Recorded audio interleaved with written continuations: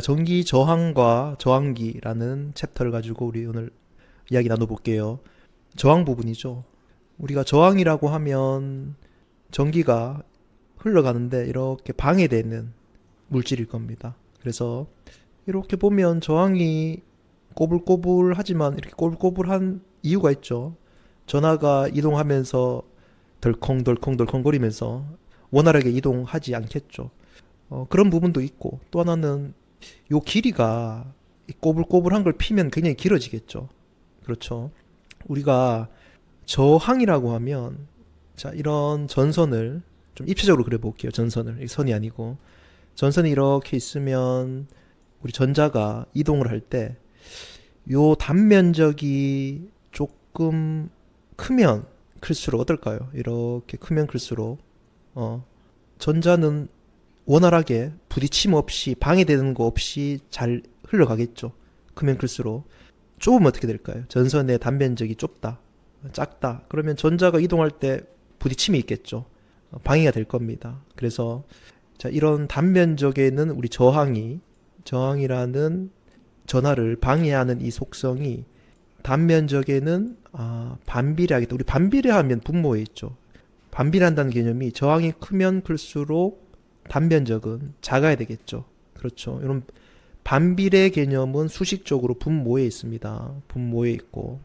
그리고 길이는 어떻게 되겠어요? 방금 얘기한 것처럼 이 꼬불꼬불한 게 많으면 많을수록 저항은 커지겠죠. 길이가 길면 길수록 이 전하가 이동하는데 더 많은 방해가 일어나겠죠. 그래서 길이하고 저항은 서로 비례 관계가 있겠죠. 저항이 커지면, 즉 전선의 길이가 길면 길수록 저항은 커질 거다. 자, 요런 관계가 있습니다. 그래서 요런 걸 이제 우리 산수적으로 요런 비례 관계다라고 표현을 하고요. 자, 요 우리 산수 배울 때 비례 관계를 이꼴로 해주려면 뭐가 있어야 됐죠? 요런 비례를 내가 이꼴로 만들어 주고 싶다. 그러면 이 비례의 상수를 앞에다 붙여주면 됐죠. 그래서 여기다가 내가 이꼴을 만들어주고 싶다. 그럼 여기다가 어떤 특정한 비례 상수, 우리는 이제 이런 로라는 상수를 한번 써볼게요. 여기 로입니다. 읽을 때. 이런 상수가 있으면 이꼴이 될 거예요. 얘가 뭔지는 잘 모르겠는데 하여튼 이런 상수가 있으면 이꼴로 만들어줄 수 있다. 이걸 비례 상수라 그럽니다. 자, 요게 바로 고유 저항이 될 거예요. 우리가 이번 시간에 할 고유 저항이라고 하면 얘는 그 전선의 길이가 될 거고요.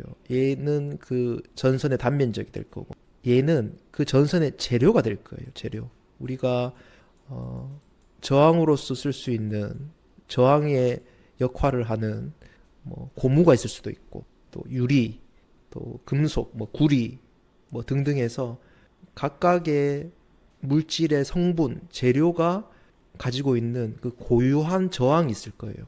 그래서 얘는 고유 저항, 즉 재료를 의미할 거다라는 걸 우리가 알 수 있고요.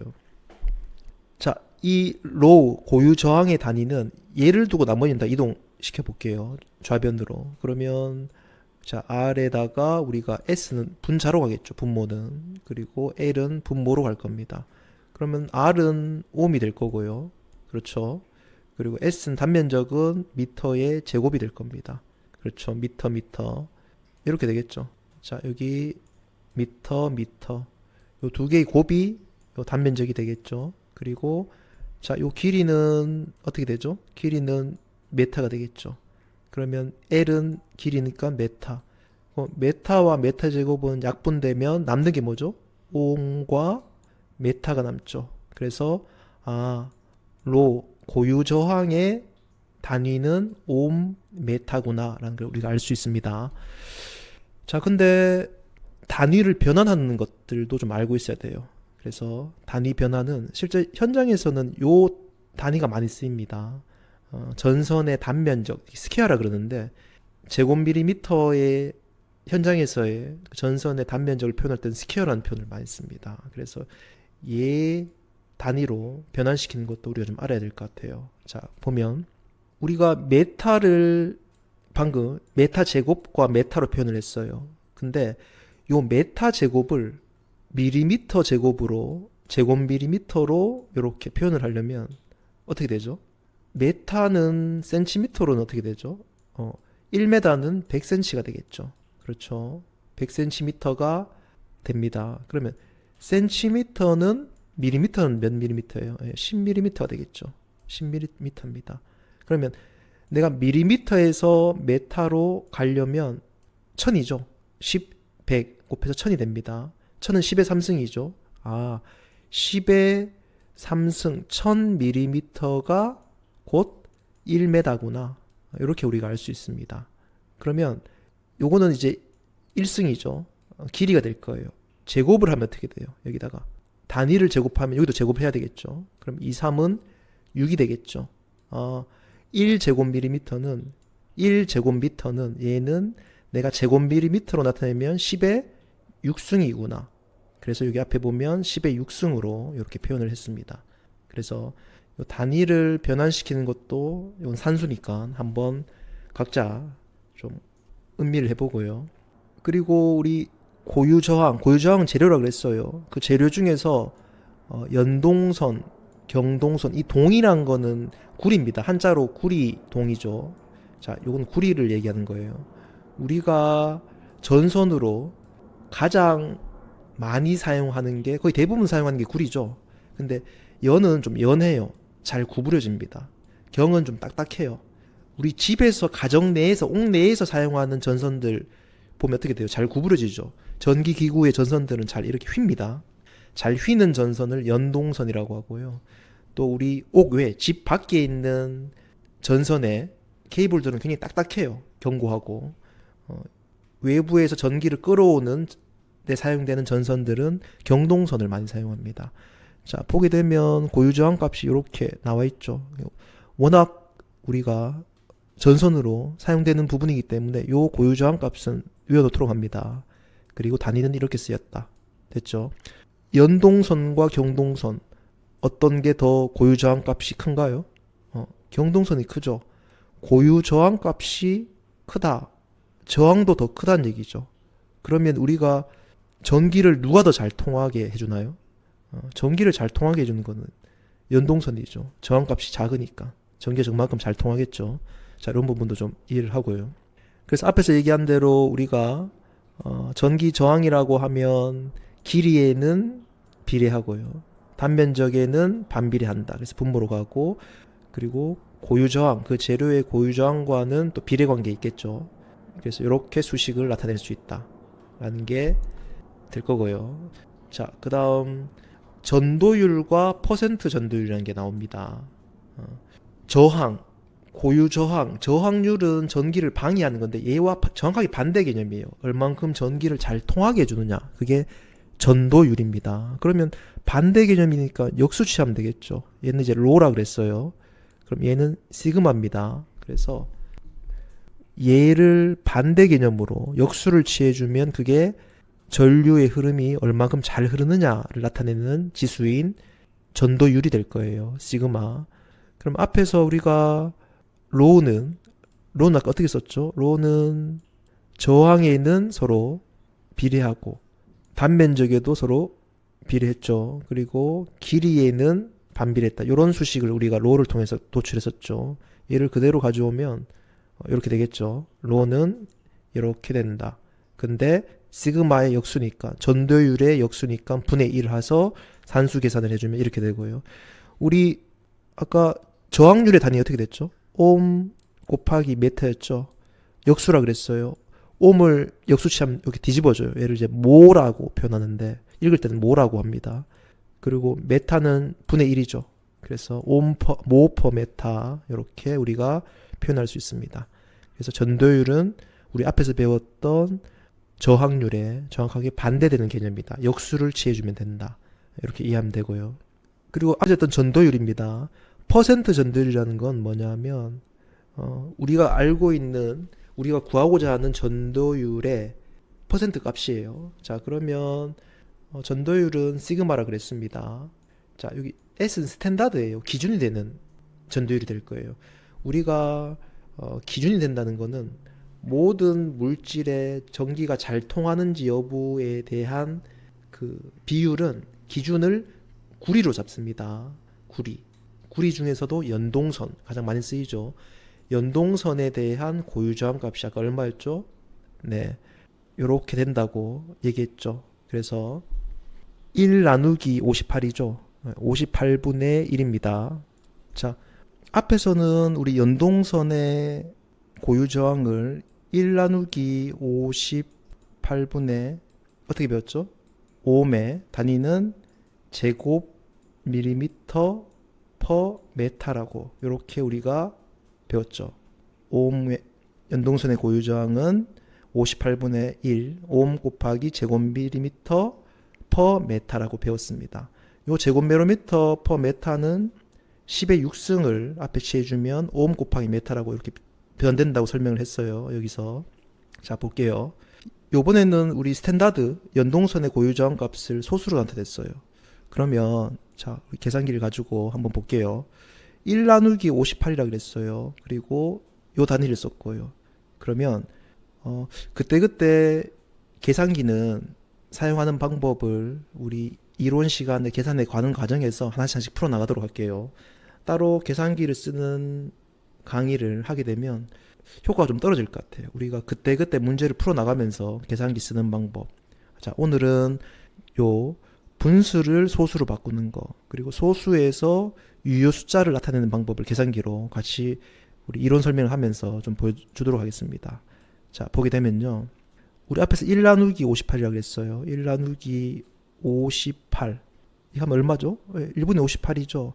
근데 지금 여기서는 주어진 강의 내용에서는 소수로 나타냈어요. 자, 분수를 소수로 나타내고 싶다. 그럼 어떻게 하면 되죠? 여기 S와 D 변환시키는 게 있어요. 요걸 클릭합니다. 그럼 이렇게 소수로 나타났어요. 자, 여기서 내가 나타내고 싶은 의미 있는 유효 숫자, 여기 이제 앞에 나타내는 숫자가 의미 있는 유효 숫자가 되겠죠. 뒤에는 자릿수를 나타내는 거고. 그러면 우리가 Shift, 요 노란색 Shift를 누르고요. 그럼 요 노란색에 해당되는 것들이 선택이 돼요. 요 셋업을 누릅니다. 그리고 7번 SCI를 누르게 되면 내가 몇 자리 숫자까지 의미 있는 숫자로 나타낼래 라는 의미가 됩니다. 여기 지금 몇 개 돼 있죠? 하나, 둘, 셋, 넷, 5개예요. 그럼 5라는 숫자를 클릭해서 5를 눌렀죠. 그러면 다시 SD를 누르게 되면 어떻게 돼요? 숫자가 동일해졌죠. 근데 여기는 10의 마이너스 8승이고 여기는 10의 마이너스 2승이죠. 이게 어떻게 된 거죠? 그렇죠. 우리가 58분의 1은 제곱밀리미터죠. 면적 스퀘어 단위로 해서 나타낸 거고, 지금 요 국제표준연동의 고유 저항을 나타낼 때는 오hm 메타로 나타냈습니다. 얘로 나타내려면 어떻게 하면 되죠? 뭘 곱해주면 됩니까? 자, 위에서 볼까요? 오hm 메타를 오hm 제곱밀리미터 퍼 메타로 변환시켜주기 위해서는 10의 6승을 곱해주면 돼요. 그러면 자, 얘를 이렇게 나타내려면 10의 6승을 곱하면 돼요. 그러면 얘를 이렇게 나타내려면 반대로 10의 마이너스 6승을 곱해주면 되겠죠.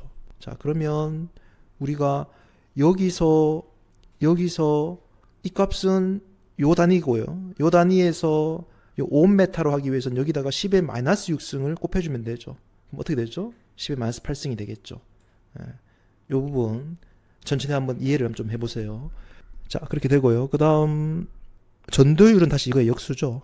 역수를 취해주면, 자, 분수식을 또 계산하는 것도 한번 볼게요. 여기 AC 요걸 누르면 다 리셋이 되고요. 역수는 분수로 나타내야 됩니다. 그래서 분자는 1이 될 거고요. 자, 오른쪽 키 버튼을 누르면 분모로 내려옵니다. 커서가. 그래서 요 값을 그대로 넣어주면 돼요. 1.7241 곱하기, 자, 10의 마이너스 8승은 여기 있죠. 얘를 누르면 10이 나올 거고요. 마이너스 8승은 요 보호입니다. 여기 마이너스를 누르고 8을 눌러줍니다. 그리고 는을 눌러주면 5.8001 곱하기 10의 7승이 나오죠. 자, 근데 여기서 우리가 실효값을 아까 5개로 나타냈죠. 내가 실효값을 실제로 구현하고 싶은 건 2개로 나타내고 싶다. 그럼 다시 셋업 눌러서 SCI 7번 눌러서 우리 책에 있는 것처럼 2개로 나타내고 싶다라고 하면 되겠죠. 이건 이제 10의 7승이죠. 마이너스 7승이 아니고. 자, 이렇게 나타내면 됩니다. 그리고 내가 설정한 값을 초기화시키고 싶다. 그러면 노란색 여기 클리어라고 있죠. 얘를 Shift를 누르고요. 클리어 누르면 3번 5를 누르면 됩니다. 5를 누르면 yes equal 그리고 AC를 누르면 방금 설정한 시료값들이 다 초기화가 됩니다. 자, 이렇게 해서 우리가 계산기로 분수 계산하는 것도 우리 확인을 했고요. 자, 퍼센트 전도율이라는 거는 이겁니다. 앞에서 한 것처럼 기준되는 전도율, 연동선이 되겠죠. 연동선의 전도율 분에 내가 비교하고자 하는 전도율이 될 거예요. 그러면 구리의 전도율은 퍼센트 전도율은 어떻게 되죠? 1이 되겠죠. 구리가 기준이 되기 때문에. 자, 이렇게 우리가 이해하면 됩니다. 그리고 도체의 저항 온도 계수라는 게 있어요. 저항 온도 계수. 저항 온도 계수라는 게 뭐냐 하면, 자, 1옴짜리 저항이 있어요. 1옴짜리 저항이 있는데 얘를 1도씨만큼 온도를 올려줘요. 그러면 얘가 얼마만큼 저항이 올라가는지, 그 올라가는 저항 값이 이 온도 계수가 될 거예요. 1옴을 1도씨 올리면 얼마만큼 저항이 올라가느냐, 그게 온도 계수입니다. 그렇다면 우리가, 자, 이런 조건이 있어요. T1 도시에 있어서 T1 도시죠. T1 도시에 있어서 T1이라는 온도가 있습니다. 근데 얘를 T2만큼 올려줘요. 온도를 T2만큼 올려줍니다. 그러면 저항은 얼마만큼의 값이 될까? 초기 저항 값은 R1이 될 거예요. 요 내용대로 하면. 자, 그럼 잘 한번 보세요. 1옴일 때 1도씨 올려주는 상황에서의 저항에 상승되는 값이 온도 계수라 그랬어요. 자, 이 온도 계수는 우리가 기호로 알파라는 표현을 합니다. 알파라는 표현을 쓰는데 이 온도 계수가 될 거예요. 그러면 이 온도 계수가 1옴이 아니고 R1옴이 될 거예요. R1옴. 얘는 1옴이잖아요. 그죠? 그럼 여기다 R1옴을 곱하고요. 그리고 1도씨 올리는 게 아니라 몇 도씨 올리는 거죠? T2 빼기 T1도씨만큼 올리게 되는 거예요. 그렇죠. 요렇게 되면 변화되는 저항에 상승되는 값이 될 거예요. 얘 기준에서 알파였는데 그게 아니고 초기 값이 R1이고, 그리고 온도 변화도 T2 빼기 T1만큼 온도를 올리고, 그렇게 했을 때에 저항이 얼마만큼 올라가느냐는 이렇게 표현이 가능할 겁니다. 수식적으로. 근데 내가 구하고 싶은 건 R2예요. 얘만큼 올라간 값이 처음 저항 값을 더해주면 이게 R2가 될 거예요. R2. 자, 이렇게 수식이 도출된다는 거. 또 다르게 얘기하면 얘를 한번 알파를 두고 변환시켜 볼게요. 자, 알파 t를 두고 옮겨주면 R2에서 R1을 빼주면 되겠죠. 그리고 T2에서 T1을 뺐죠. 거기다가 R1분의 1을 해주겠죠. 우리가 온도 계수라는 거는 저항의 변화율입니다. 얼마일 때? 1도씨 온도를 올려줬을 때 저항의 변화율이에요. 저항의 변화율은 이렇게 R1분의 R2 빼기 R1으로 하면 저항의 변화율이 되겠죠. 수식이 성립된다는 겁니다. 자, 그래서 이 수식은 좀 알아놓고요. 보통은 저항은 온도에 영향을 받아요. 그래서 온도가 올라가면 내부의 원자와 원자 내부의 양성자, 그리고 원자 핵이 서로 진동이 심해지겠죠. 그러면 전자의 이동이 방해가 될 거다. 그래서 온도가 올라가면 우리가 저항도 같이 올라간다라는 게 일반적인 특성인데, 우리가 반도체 같은 경우는 반대 개념이죠. 그래서 온도가 올라가면 반대 개념이라고 마이너스라고 합니다. 그래서 오히려 저항값이 감소하는 특성을 가져요. 반도체 특성상. 그래서 이런 성질의 반도체도 있다라는 걸 알고 넘어가고요. 그 다음 이렇게 보이는 회로도를 보면 요 휘스톤 브릿지라는 이 회로도가 보일 겁니다. 좀 복잡해 보이죠. 그래서 좀 우리가 눈에 익숙한 회로도를 좀 변형시켜 볼게요. 이 회로도는 이렇게 표현할 수 있겠네요. 여기 저항을 P라고 둘 수 있겠죠. P다. 요 저항이 요 저항이죠. 그리고 직선을 이렇게 꺼서 요 저항은 X로 이렇게 표현합니다. 요 저항이 되겠죠. 그리고 요 저항을 Q로 좀 표현해 볼게요. Q 표현. 그리고 요 저항을 R로 이렇게 표현을 해 보겠습니다. 됐죠? 조금은 익숙해지죠. 그리고 전원단을 이렇게 해서 V 전압이 형성된다. 자, 요 휘스톤 브릿지 회로를 이렇게 우리가 직관적으로 이해할 수 있는 회로도로 좀 변형을 시켰습니다. 같은 의미입니다. 자, 이 휘스톤 브릿지 회로가 뭐냐면 이 마주보는 저항끼리의 곱 PR이 되겠죠. 또 마주 보이는 저항끼리의 곱이 서로 같다면 PR 이꼴 XQ가 되면 이 가운데 선으로는 전류가 흐르지 않는다라는 겁니다. 이쪽으로는 전류가 안 흐른다는 거예요. 신기하죠? 요 저항과 요 저항의 곱과 요 저항과 요 저항의 곱이 서로 같으면 이 가운데 선이 있더라도 이쪽으로는 전류가 안 흐른다는 거예요. 요 G라는 건 검류계입니다. 전류가 흐르는지 안 흐르는지 측정해보는 기구예요. 그래서 왜 이렇게 가운데 전류가 흐르지 않느냐라는 걸 좀 보면 우리가 지난 시간에 전류 분배 법칙을 배웠습니다. 한번 우리 직관적으로 이해하기 쉽게 숫자로 좀 한번 나타내 볼게요. 여기 이제 6V라고 한번 해볼게요. 전압을 6V로 내가 전압을 둔다. 그러면 병렬이기 때문에 요 포인트도 6V고요. 요 포인트는 0이 될 거예요. 전압은 서로 같겠죠. 6V가 같이 된다. 그리고 저항을 임의 저항을 우리가 여기다 2옴, 4옴. 여기가 2옴이라 그 임의로 값을 주고요. 그리고 여기는 1옴, 여기가 1옴이면 여기는 2옴이 돼야 되겠죠. 서로 곱이 같아야 되니까. 저항을 제가 그냥 임의로 이렇게 둡니다. 자, 둔 상태에서 여기 저항은 이제 6옴이 되겠죠. 직렬에서 합성 저항. 여기에서는 3옴이 되겠죠. 그러면 우리가 이쪽으로 흐르는 전류는 어떻게 되죠?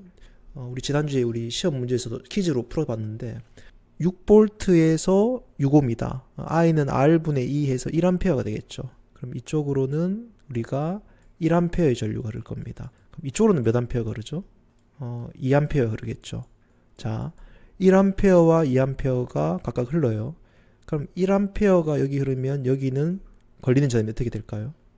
여기는 4V가 될 거예요. V는 IR에서 여기는 요 지점은 여기에 걸리는 전압은 4V가 될 겁니다. 그죠? 여기가 4V, 여기는 이제 0이 되겠죠. 0V. 요 지점에 전이차는 4V가 될 거예요. 여기가 4V면 여기는 몇 V죠? 2V가 되겠죠. 그럼 여기는 6V가 될 겁니다. 요 지점과 요 지점 사이에는. 그리고 여기도 마찬가지죠. 여기가 지금 저항 2예요. 2A고. 그럼 여기도 양단에 걸리는 전압은 4V가 될 거예요. 4V, 여기는 0이 되겠죠. 그리고 0이든 당연히 6V가 되겠죠. 맞네요. 2 곱하기 1은 2니까 2V. 전이차가. 자, 그러면 요 포인트와 요 포인트가 되겠죠. 요 가운데 포인트의 전압은 몇 볼트가 돼요, 서로. 지금 현재 4V와 4V가 되니까 서로 전이차가 없죠. 우리가 전류가 흐른다라는 거는 전류는 누가 흘려주나요?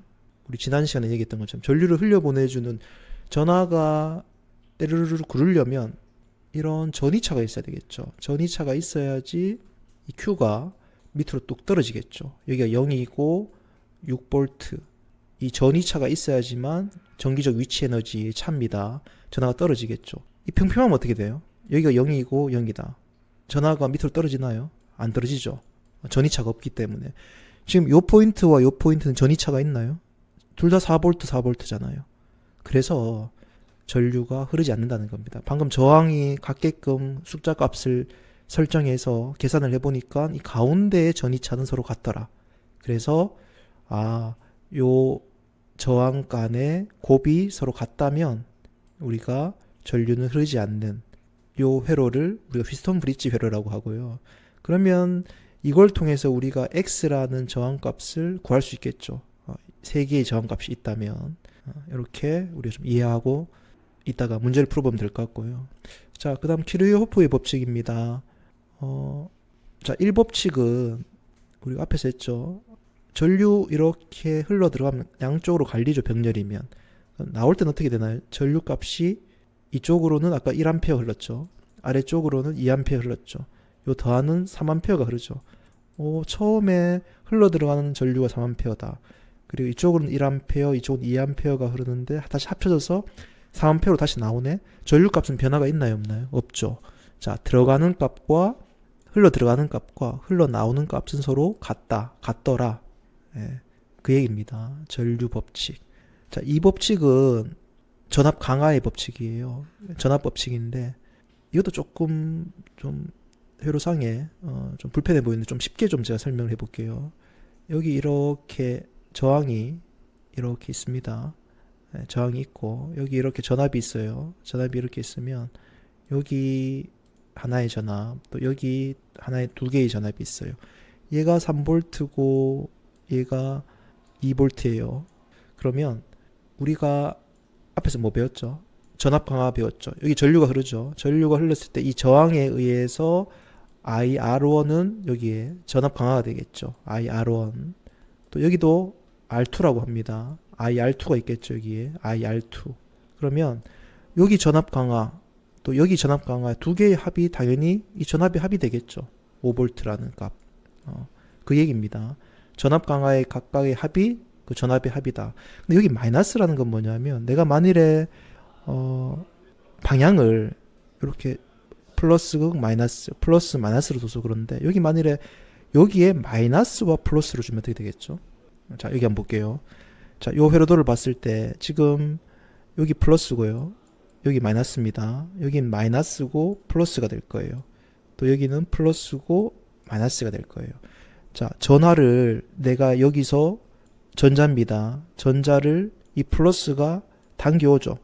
그죠? 근데 여기도 전자를 또 당기려고 해요. 플러스니까. 자, 우리 전압의 메커니즘 어떻게 되죠? 전자를 당겼죠? 그리고 여기 있는 마이너스가 밀어줘야 되죠? 근데 당기고 밀어주는 그 전압이 다른 전압에 의해서 어때? 여기 이 플러스에 의해서 이 전압을 또 당기려고 하니 방해가 된단 말이에요. 자, 플러스 요거 V1과 V2는 한번 보세요. 자, 전자를 얘는 밀어주려고 그래요. 마이너스니까.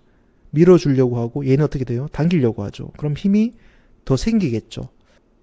하나는 밀어주고 하나는 당긴다. 그러니까 이 두 개의 전압의 합으로 이루어질 수 있는데 요 두 개의 관계는 V2와 V3의 관계는 어때요?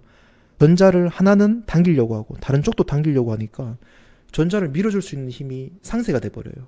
그래서 마이너스로 이렇게 하나의 전압을 마이너스로 표현한다. 이렇게 이해도 되고 또 다르게 표현하는 방법은 이렇게 이해도 돼요. 지금 우리가 전류가 이렇게 흐른다라고 우리가 정의를 합니다. 전류가 이렇게 이쪽으로 흐른다는 거는 여기 이제 플러스죠. 마이너스.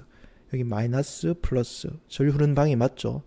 전류 흐르는 방향에 V1과 V2는 맞아요. 근데 V3는 어떻게 되죠? 여기는 마이너스고 플러스잖아요. 그죠? 전류는 플러스에서 마이너스로 흐르는데 전류가 흐르는 방향과 얘는 역행하게 돼요. 그래서 부호를 마이너스로 써준다. 이렇게 우리가 이해도 됩니다. 그래서 이렇게 해서 우리가 전압 강화의 법칙까지 설명이 됐고요. 자, 문제 한번 풀어보도록 하겠습니다. 자, 전선의 길이 1m 그리고 단면적 1제곱밀리미터를 기준으로 고유 저항은 어떻게 나타내는가 라고 문제가 나타났어요. 아까 우리 앞에서 고유 저항의 단위는 어떻게 됐죠? 옴, 메타죠. 근데 지금 없어요. 요렇게 단면적으로 나타내는 고유 저항 값이 있죠. 답은 3번이 되겠죠. 자, 2번입니다. 옴메타와 같은 것은. 자, 옴메타와 같다라는 거는 우리가 앞에 10의 6승을 해주고 옴 곱하기 제곱밀리미터 퍼 메타로 이렇게 단위 변환을 할 수 있었어요. 그래서 이렇게 단위 변환하는 것도 우리가 공부를 좀 할 필요가 있다. 자, 3번입니다. 연동선의 고유 저항은 좀 외워놓으라 그랬죠. 58분의 1, 2번이 되겠죠. 경동선은 55분의 1입니다. 기능사 문제는 이렇게 우리가 단순하게 1차원적으로 답할 수 있는 문제들이 대부분이기 때문에 반복해서 보면 금방 익숙해질 겁니다. 자, 전도율은 우리가 저항률의 역수 개념이죠. 반대 개념이죠. 그래서 전도율은 뭐고요? 그 다음 얘를 역수치하면 될 것 같아요. 저항률에. 얘 역수치한 값이 뭐죠? 여기 되겠죠. 4번. 자, 전기 전도도가 좋은 순서대로 하면 전기 전도도는 은이 제일 좋아요. 그리고 구리, 그리고 금, 알루미늄. 근데 우리가 구리를 많이 사용하는 거는 비용 때문에. 그죠? 은 굉장히 비싸죠. 이것도 좀 알아놓고요. 금속 도체의 전기 저항에 대한 설명으로 옳은 것은 볼까요? 전기 저항입니다. 저항이란 건 단면적에 반비례해야 되겠죠. 그리고 고유 저항인 비례한다. 4번이 되겠죠. 네. 저항은 우리가 로였고요. 이게 고유 저항이죠. 그리고 단면적 S에는 서로 반비례하고 길이에는 비례한다. 자, 이렇게 될 거고요. 자, 다음 중 도체의 전기 저항을 결정하는 요인과 관련이 없는 것은 전기 저항입니다. 저항이란 건 뭐예요? 고유 저항에는 비례하죠. 길이에도 비례하고 단면적에는 반비례한 색깔은 상관없죠. 맞춰야 된다. 이 문제는 18번입니다. 어떤 도체의 길이를 n배로 하고 단면적을 n분의 1로 했을 때 저항은 원래 저항보다 어떻게 되는가? 자, 저항은 길이에 서로 비례한다 그랬어요. 그리고 단변적에는 반비례한다 그랬어요. 길이에는 비례하고요. 단변적에는 반비례한다 그랬습니다. 그럼 이걸 계산해 주면 분모는 1이 될 거고요. 요끼리 곱하면 n제곱이 되겠죠. 답은 2번이 되겠죠. 자, 9번. 어떤 도체의 길이를 2배로 하고 단변적을 3분의 1로 했을 때 저항은 원래 저항의 몇 배가 되는가? 길이 2배 했어요. 단변적 3분의 1로 했어요. 그러면 길이는 저항은 비례하니까 분자는 2가 될 거고요. 단변적은 분모로 가겠죠. 그러면 산수 계산해주면 6이 되겠죠. 6배. 어렵지 않습니다. 자, 10번. 전구를 점등하기 전의 저항과 점등한 후의 저항을 비교하면 어떻게 되는가? 1번. 점등 후의 저항이 크다. 점등 전의 저항이 크다. 변동 없다. 경우에 따라 다르다. 자, 점등한다는 거는 우리가 전구 손에 이렇게 만져보면 뜨겁죠. 온도가 오릅니다. 온도가 올라가면 저항은 어떻게 된다 그랬어요? 저항도 같이 올라가게 돼요. 그래서 점등 후에는 저항이 커지겠죠. 1번이 됩니다. 자, 그리고 11번이에요. 주위의 온도 0도씨에서 저항이 25인 연동선이 있다. 주위 온도가 50도가 되는 경우 저항은 온도 계수는 이렇게 된다. 수식을 좀 이렇게 외워놔라 그랬어요. 그래서 왜 도출할 되는지도 알았고요. 초기 저항 값이 25ohm이라 그랬어요. 그죠? 그러면 25ohm이 될 거고, 그리고 1 플러스 온도 계수는 얘가 되겠죠. 4.3 곱하기 10에 마이너스 3승이 될 겁니다. 그 다음 온도 변화는 어떻게 되죠? 0도씨에서 50도씨니까 50도만큼 커지게 되겠죠. 그래서 자, 요거를 계산해주면 될 겁니다. 계산기 가지고 계산 한번 해볼게요. 자, 요 값을 계산합니다. 플러스가 있으니까 우리가 괄호를 이용해야 돼요. 그래서 20 곱하기 괄호를 써야 됩니다. 1 플러스 해주고요. 그 다음 4.3 곱하기 수식은 우리가 계산기로 다 되어 있죠. 그래서 바로 10의 마이너스 3승이에요. 마이너스 3승. 마이너스는 이 부분입니다. 그 다음 곱하기 50 하고 괄호 닫고요. 엔터 치면 분수로 나타났는데 문제는 소수로 나타났으니까 소수로 이렇게 나타내면 값을 우리가 구할 수 있겠죠. 자, 계산기 사용하는 방법도 천천히 익히고요. 자, 다음 회로에서 검유계의 지시가 0이다. 검유계라는 건 뭐죠? 전류를 검출해내는 기구라 그랬어요. 검유계가 0이라는 건 전류가 흐르지 않는다는 얘기예요. 자, 요 회로에서 요 가운데 부분에 전류가 흐르지 않는다. 이게 무슨 회로죠? 휘스턴 브릿지 회로라고 그랬죠. 얘가 전류가 안 흐르려면 요 저항과 요 저항의 곱이 요 저항과 요 저항의 곱과 서로 같아야 되겠죠. 그래서 100 곱하기 40은 x 곱하기 10이 되겠죠. 그러면 x는 답이 나오죠. 자, 13번입니다. 다음 그림에서 AB 간의 합성 저항은 CD 간의 합성 저항보다 몇 배인가? 이 부분 한번 볼까요? 조금 키워서 AB 간의 합성 저항. AB 쪽으로 이렇게 합성 저항을 내리는 거는 우리가 이건 휘스턴 브릿지 회로죠. AB는 휘스턴 브릿지 회로에서 지금 RRR로 나타냈네요. 그럼 CD 같은 경우는 좀 CD로 해서 회로를 다시 좀 그려보면 CD는 이렇게 되겠죠. 이렇게 해서 여기 R이 될 거고요.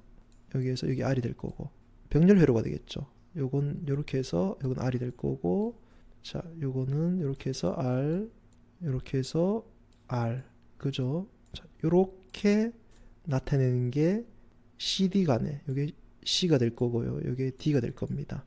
요 회로도를 이렇게 표현할 수 있겠죠. 요 계산해 주면 되잖아요. 그죠? 직렬이니까 2R이 될 거고, 또 여기 R이 될 거고, 여기는 2R이 될 거고. 우리 지난 시간에 합성 저항 했었죠. 병렬일 때의 합성 저항은 요거 두 개를 곱하면 되죠. 2R의 제곱, 그리고 요거와 요걸 곱하면 더하기 4R의 제곱. 지난 시간에 했던 걸 한번 복습해 보세요. 그리고 얘와 얘를 곱하면 2R의 제곱에 3개 다를 곱한다. 4R의 세제곱이 되겠죠. 그럼 요거를 계산해 주면 8R의 제곱입니다. 8R의 제곱이 될 거예요. 그러면 얘와 얘를 약분하면 2분의 R이 합성저항이 될 거예요. 기억 안 나면 지난 시간에 했던 것들을, 지난 시간에 했던 동영상이 그대로 있으니까 다시 한번 복습을 하고요. 그다음 AB는 휘스턴 브릿지 회로라 그랬어요. 요 마주보는 R 곱하기 R은 R 제곱이 되겠죠. R 제곱이 될 거고, 이것도 마주보는 거 계산하니까 또 R 제곱이 되는, 같네요. 얘와 얘가 같으면 이쪽으로 전류 흘려요, 안 흘려요? 전류가 안 흐르면 얘는 아무 의미가 없는 저항이 0과 같습니다. 여기는 이 선은 없다라고 생각하면 돼요. 이쪽으로는 전류가 흐르지 않으니까. 그럼 우리가 합성 저항이라고 생각하면 고려해야 될 거는 이거밖에 없네요. 얘는 이렇게 해서 R, 그 다음 이 부분도 이렇게 해서 R.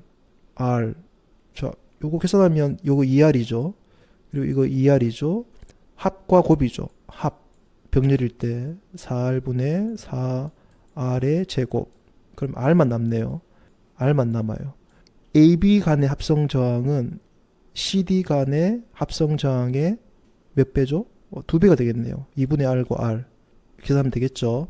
자, 그 다음, 자, 14번입니다. 회로망에 임의 접촉점에 유입되는 전류는 합은 0이다. 회로망에서, 요 14번은 키르호프의 1법칙이죠. 들어가는 전류, 모든 합은 나오는 전류의 합과 같다. 여기 0이라는 의미는 요 얘기죠. 요 얘기입니다. I 유입돼요. I에 3, 4가 들어가요.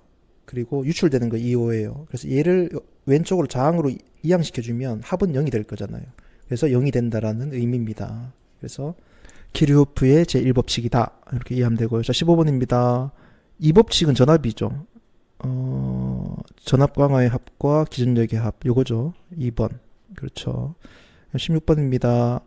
요거 몇 암페어인가? 요거는 우리 이 법칙 쓰면 되겠죠. 자, 여기 플러스에서 마이너스, 플러스에서 마이너스. 일단 직렬회로죠. 전류가 가는 길이 하나고, 직렬회로에서 저항은, 합성 저항은 합이죠. 그럼 8옴이 될 거예요. 8옴이고, 전압 부분은 얘를 이쪽으로 좀 당겨 볼게요. 이해하기 쉽게. 짧고, 여기도 당겨 보면 요렇게 되겠죠. 지금 이 전압의 방향이 어떻게 되나요? 서로 반대죠. 자, 반대라는 건 뭐냐면, 내가 여기 전하를 밀어줘요. 여기 전자를, 자, 마이너스가 당기죠. 당겼다가 이 마이너스가 밀어주죠. 근데 밀어주는데 이쪽 전압에서 또 밀어줘. 서로 밀고 밀리니까 상쇄가 될 거 아니에요. 그 힘이, 전자를 이동시키는 힘이. 그럼 마이너스가 되겠죠. 15라는 것과 5라는 것의 차는 10이 되겠죠. 상쇄되면. 5만큼이 상쇄되면. 그러면 얘와 얘를 계산해 주면 되겠죠. R분의 2, 1.25가 되겠죠.